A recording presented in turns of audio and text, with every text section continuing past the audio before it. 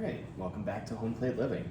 Today we are going to make the meat filling for our tortellini. So what I have here is a bowl of semi-frozen prosciutto and mortadella, and I'm just going to cut them up into pieces, and then we're going to put them into the food processor with some semi-frozen sauteed pork that I sauteed and deglazed with some white wine, has a little salt, pepper, and some parsley leaf in it. So what I'm doing, since I got this from the deli earlier today, is I'm just stacking up my prosciutto, and then I'm gonna cut it into little sticks, and then I'm gonna chop it down into little chunks. And then we're gonna throw it in the food processor to make it a very smooth paste. And it seems like it's kind of like, why won't you just throw the whole prosciutto piece in? But this actually makes it a little bit easier for the machine to break it down. And the big thing is you don't want to impart too much friction from the actual chopping process in the food processor, because that can actually can get so hot it can actually cook the prosciutto, and you don't want those cooked flavors. You want to kind of maintain that. It'll also take the fat that's left on the prosciutto and the fat that's been emulsified in the mortadella, and it'll cause it to render it out, and it won't be a homogeneous mixture. It'll be a very greasy, separated, gross looking mixture. We don't want it. Definitely don't want that.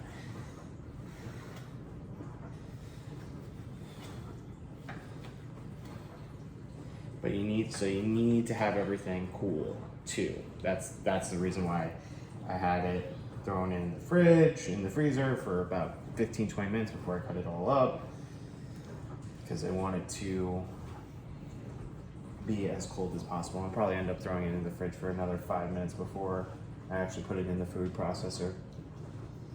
I wanted you to see, like, this is the kind of consistency you should have with it. So same thing we're gonna do with the mortadella, cut down to little sticks. And have a very sharp knife when you do all this. It needs fast work.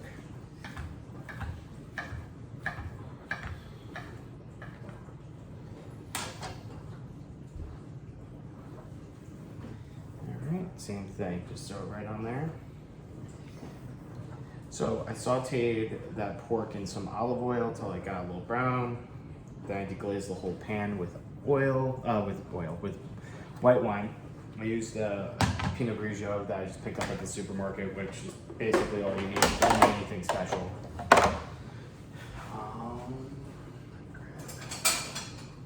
This.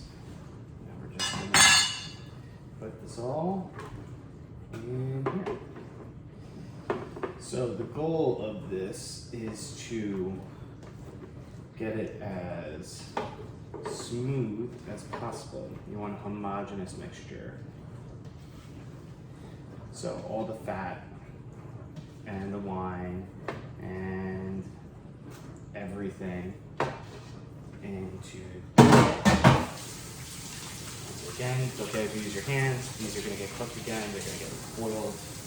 So any bad things on there is good, but just make sure you wash your hands after everything, because you don't want to cross-contaminate. Hold on, some pork. Don't want to lose any of that. So that was a pound of raw pork that I cooked down. I didn't weigh it after I cooked it. Oh, one last thing. You need to have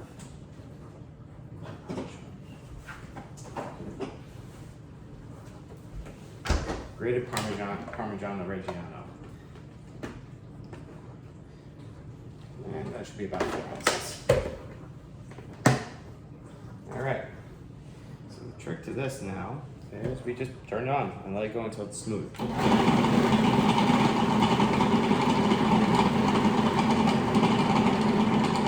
It's going to take a little bit, and it's going to get very slow.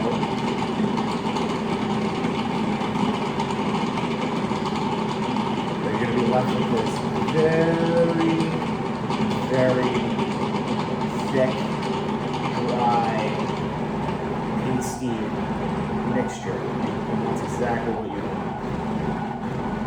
See how it's bulked up a little bit?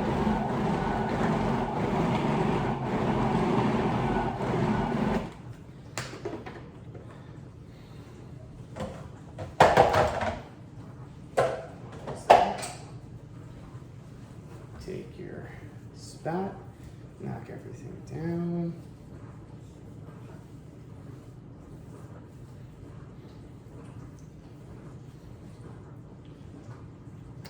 Give it a quick place.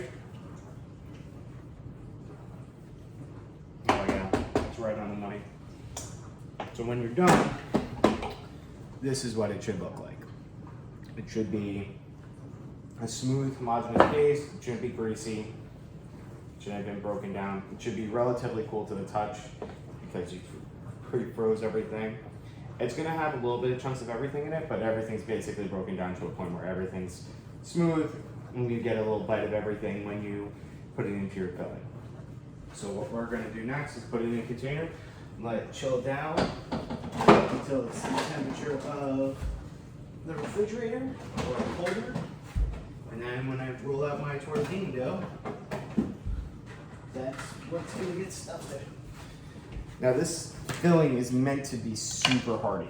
It's supposed to be, tortellini doesn't get filled with a lot of filling. So it's supposed to be like this big punch of meaty flavors all at once in a small little package.